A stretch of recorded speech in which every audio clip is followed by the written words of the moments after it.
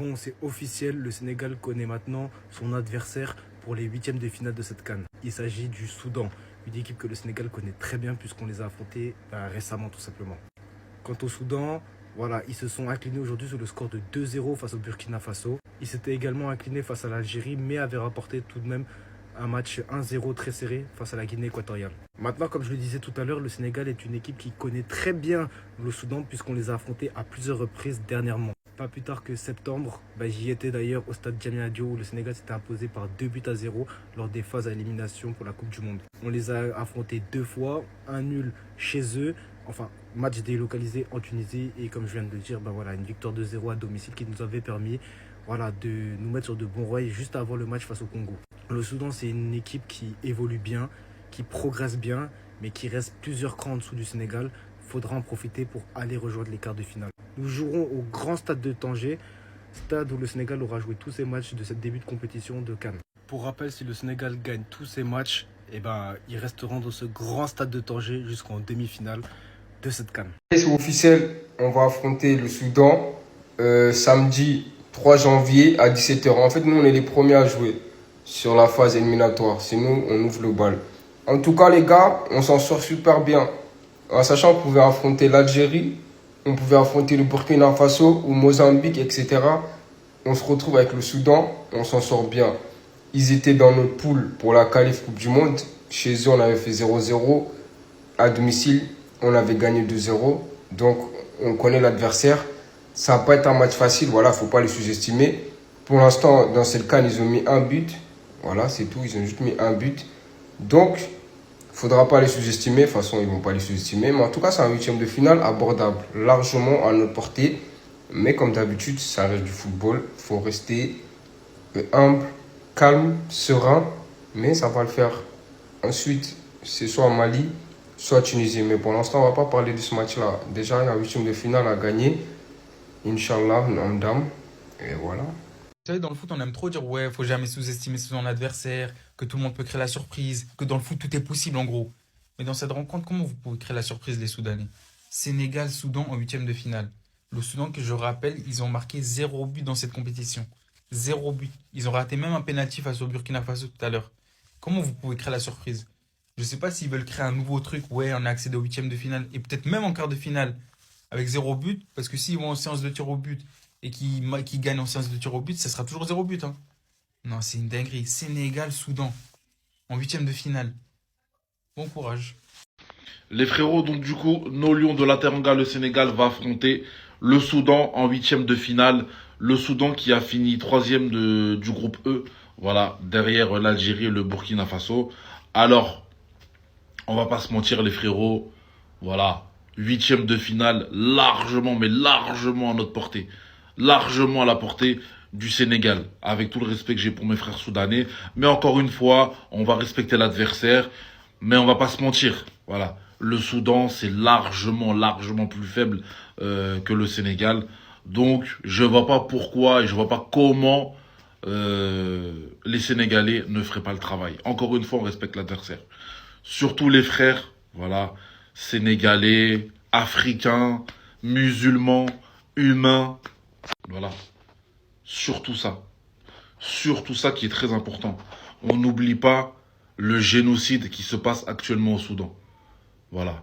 Donc oui, moi, quand j'entends le Soudan, même si c'est un match de football, même si c'est, quand j'entends Soudan, voilà, Free Soudan, grosse force au Soudan, on n'oublie pas les invocations, les duas pour le Soudan. Voilà, on souhaite un beau match aux frérots. Et surtout, on invoque Dieu, on invoque Allah, pour qu'Allah vienne en aide à ce peuple opprimé, massacré, tué, sous silence. Encore une fois, grosse force au peuple soudanais. Les phases de groupe sont terminées, le Sénégal finit premier de sa poule, mais quels sont les enseignements? On va en parler tout de suite. Premier enseignement, Sadio Mané, respect. Parce que pour l'instant, la compétition qui nous sort, c'est notre meilleur offensif. Sadio Mané, on a été critique avec lui juste avant la compétition à juste titre. Parce que quand c'est bien, on le dit, et quand c'est mauvais, on le dit aussi. Mais force est de constater que Sadio Mané, dans toutes les compétitions, il ne déçoit jamais. On ne sait pas de quoi il fait l'avenir. Hein. Peut-être que là, je dis ça, huitième de finale, je ne le souhaite pas, il nous fait un mauvais match, etc. Et tout, on ne sait pas de quoi il fait. Mais moi, je parle à l'instant T. Pour l'instant, Sadio Mané physiquement, dans tout ce qu'il entreprend, honnêtement, sur le terrain, même quand on est en difficulté, on sent qu'il a l'envie. Et ça nous fait vraiment plaisir. Que le meilleur joueur, je le répète, le meilleur joueur de l'histoire de notre pays ait été bon dans toutes les compétitions qu'on a joué avec lui. À chaque fois, il s'est donné à fond. Donc, respect Sadio. Dans un moment où on avait plus confiance aux jeunes, etc., même s'il y a certains jeunes qui se démarquent, l'ancien est toujours là, peu importe l'âge, il répond présent.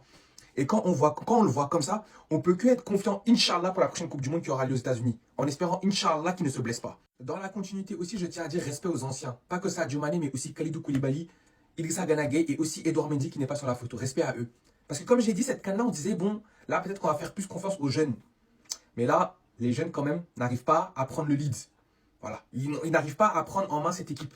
Et par exemple, quand on voit hier que Idrissa Gana Gueye, qui était en point de base dans le 4-3-3, c'est lui qui est parti faire le pressing, au lieu que ce soit Pape Matar Sarr et Lamine Camara, je peux être inquiet pour l'avenir. Parce que ces deux joueurs-là, on avait confiance en eux pour l'avenir. Je ne veux pas faire des déductions tout de suite. Là, comme je vous dis, là, je parle que à l'instant T.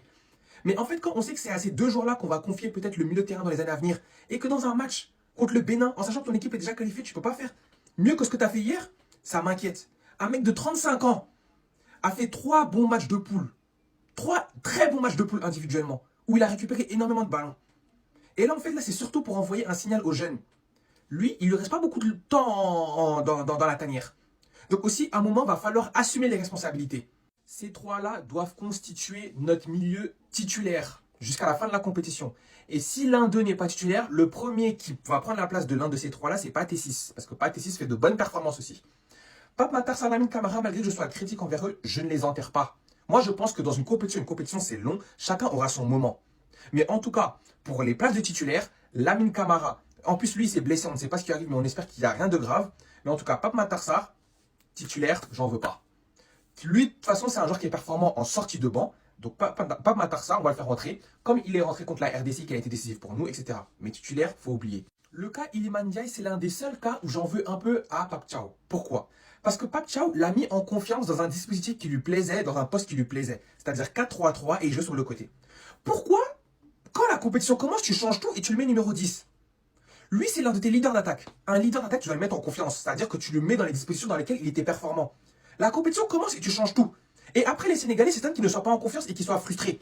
Parce que Iliman Ndiaye, c'est un mec qui comptait sur cette compétition-là pour montrer que, hey, après Sadio Mané, c'est moi.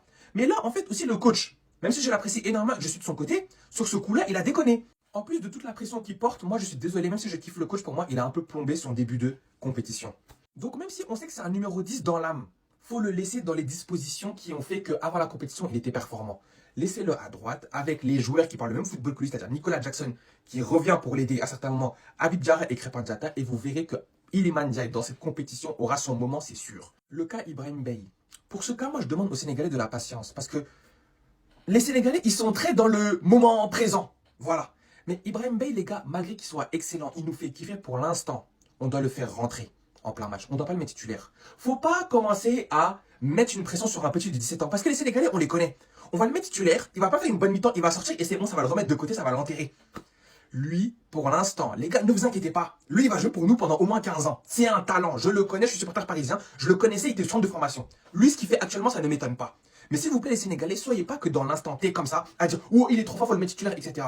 Lui, pour l'instant, c'est un mec que tu fais rentrer en plein match. Iliman Ndiaye va faire son match, il va épuiser le latéral et ensuite, lui, on le fait rentrer pour tuer le match. Et pour finir le débat du numéro 9, moi, vous savez que je suis team Nicolas Jackson, malgré ses ratés, parce que moi, je donne priorité à la construction, etc. Et comme je vous ai dit, le Sénégal n'a jamais eu un numéro 9 efficace et on a été fort uniquement quand c'était nos ailiers ou nos milieux de terrain qui marquaient. Donc, demain, rajouter un numéro 9 qui ne participe pas forcément au jeu, moi, je pense que ça va plus nous contrarier qu'autre chose. Donc voilà, chacun peut choisir son camp en réalité, même si, bon, au final, nous, tout ce qu'on souhaite, c'est que notre équipe gagne. Mais personnellement, je peux comprendre ceux qui disent que oui, Habib Diallo, il est efficace, etc. Mais voilà, il y aura des matchs où ça va être compliqué dans la construction et Habib Diallo, même si on sait que si on lui donne une balle, il pourrait la mettre. S'il n'a pas ce ballon-là, il ne servira à rien dans le match. Donc moi, je reste team Jackson. Et quand je dis que je préfère Jackson à Habib Diallo, ça ne veut pas dire que Jackson doit faire 90 minutes ou quoi. En fait, moi, c'est logique. Jackson, il fait 70 minutes. On se rend compte que c'est bon, il a fait son match et que malgré tout, il a toujours pas marqué et que nous, on doit marquer. On fait rentrer Habib Diallo. Habib Diallo, dans un contexte où l'équipe en face sera épuisée, au moins, on se rassure d'avoir un milieu de terrain qui bosse bien et qui donne des ballons aux attaquants. Et là, ensuite, Habib Diallo, il vient en tant que finisseur. Parce que dans le football moderne, il n'y a plus de je suis sur le banc, ça veut dire qu'on met de côté. Aujourd'hui, il y a les commenceurs et il y a les finishers. Voilà. Et Habib Diallo, pour moi, je le mets dans le camp des finishers. Laissons Nicolas Jackson faire le match, gêner la défense et tout. Là, on le fait rentrer en fin de match et ça se trouve, il nous mettra le but décisif. Moi, je pense qu'on n'a jamais vu une CAN comme ça. Avec tous les favoris qui sont qualifiés. Pourquoi? Parce que les terrains, ils sont de qualité. Quand les terrains ils sont de qualité, les petites équipes, voilà, ils ne peuvent pas gagner des matchs en faisant que dégager, dégager. Là, c'est pas possible. Mais là, il y a déjà des chocs au huitième de finale. Mais dites-vous, attendez les quarts de finale. Là. Imaginons les quarts de finale. Allez, Tunisie-Mali. Bon, peu importe celui qui gagne, en vrai, ça va être un choc. On va dire là, le Sénégal, on passe. C'est logique, il ne faut pas abuser. Égypte-Bénin, on va faire par logique. Égypte, on va dire qu'il gagne.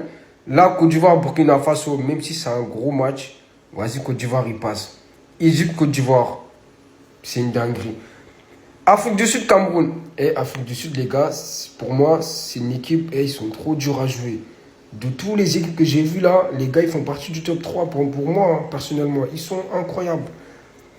On va dire Cameroun, il passe. Allez, Cameroun-Maroc. Parce que Maroc-Tanzanie, je ne vois pas autre chose qu'une victoire du Maroc. Nigeria, on va dire qu'il passe. Algérie, RDC, peu importe celui qui passe. Nigeria contre Algérie, c'est une dinguerie. En fait, ce côté-là, déjà, tu sors de là-bas, tu mérites une coupe. Voilà. Parce que c'est une dinguerie. En tout cas, bon courage à ici, là. Nous, normalement, les gars, c'est tout droit jusqu'à ici. Je ne veux rien savoir. Tout droit jusqu'à ici. Il n'y a qu'en demi-finale, il y a un doute. Mais sinon, voilà. Est-ce que vous êtes prêts pour ce qui va se passer? Est-ce que vous êtes prêts pour ces huitièmes de finale? En vérité, par rapport à nos prédictions, il n'y a pas eu de très très gros changements. Mais il y en a eu quand même. Et là, tout est confirmé. Et on commence par l'arbre de droite. Avec l'Afrique du Sud qui va jouer face aux Camerounais. Une équipe qui doit prouver face à une équipe qui a un statut. Le deuxième match opposera le Maroc face à la Tanzanie. Et je pense que le Maroc, là, n'a pas le droit à l'erreur. Troisième match, Algérie-Congo. Ça sera le plus gros match des huitièmes. Et peut-être l'ambiance la plus folle de cette CAN 2025. Dernier match de cet arbre sera Nigeria-le Mozambique. Je pense que Nigeria est tout de même au-dessus, mais attention. On passe maintenant à l'arbre de gauche. Et on commence par deux pays dont les peuples sont énervés, ultra méga énervés, n'en peuvent plus. Mali-Tunisie. Un match qui va être historique. Un match qui va durer 4 jours. Attendez-vous à des choses extraordinaires. On passe ensuite au Sénégal-Soudan. Franchement, avec tout le respect pour mes Soudanais et tout ce qui traverse en ce moment, mais je pense que le Sénégal est là pour avancer tout droit. Égypte-Bénin. Malgré que le Bénin, franchement, ils ont une équipe qui est vraiment pas mal, je pense tout de même que l'Égypte sera meilleure. On finit par le dernier match, Côte d'Ivoire-Burkina Faso. Ça va être, je pense, un match très très bouillant. Mais attention mes Ivoiriens, attention, ne gaffez pas. Bon les mecs, je vais vous faire mes pronostics pour ces huitièmes de finale de la CAN au Maroc. Juste avant ça, juste pour vous dire que la Côte d'Ivoire s'est qualifiée très tranquillement. On a 7 points, on est premier de notre poule. On a laissé croire au Gabon qu'ils pouvaient faire un petit truc, mais on les a remontés tranquillement. Donc voilà, c'est léger. Mali-Tunisie, le premier match. Mali-Tunisie, il y a tout le temps ça. Et c'est chiant. Donc honnêtement, je pense que ça va aller sur un match nul et qu'il y aura des prolongations, voire même des tirs au but. Parce qu'en soi, le Mali, voilà, on sait. Et la Tunisie, c'est pas trop ça. Le Mali aussi, pareil, c'est pas trop ça. Donc je pense que ça va être un match assez bien chiant à regarder. Peut-être. À moins que le Mali décide de faire quelque chose. Ensuite, Sénégal-Soudan, Sénégal gagnant directement. Égypte-Bénin, ça va être l'Égypte. Côte d'Ivoire-Burkina, la Côte d'Ivoire, on a besoin de parler, champion d'Afrique. Afrique du Sud, Cameroun. Honnêtement, je pense que le Cameroun peut faire quelque chose. L'Afrique du Sud, c'est très très boosté. Surtout avec leur gardien, là, Ronwell Williams. Je me souviens très bien la CAN passée.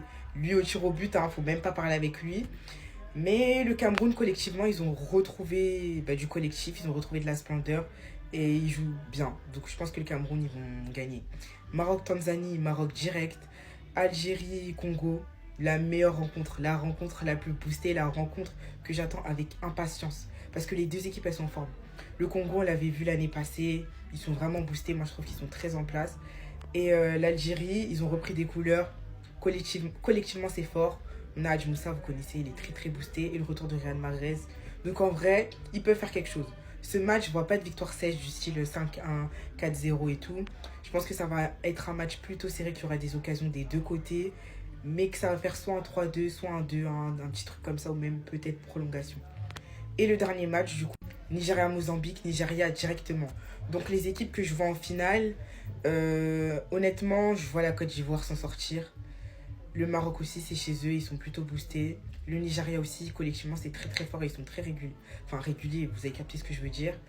Et sinon, peut-être le Cameroun, l'Algérie ou bien le Sénégal. Je sais pas trop.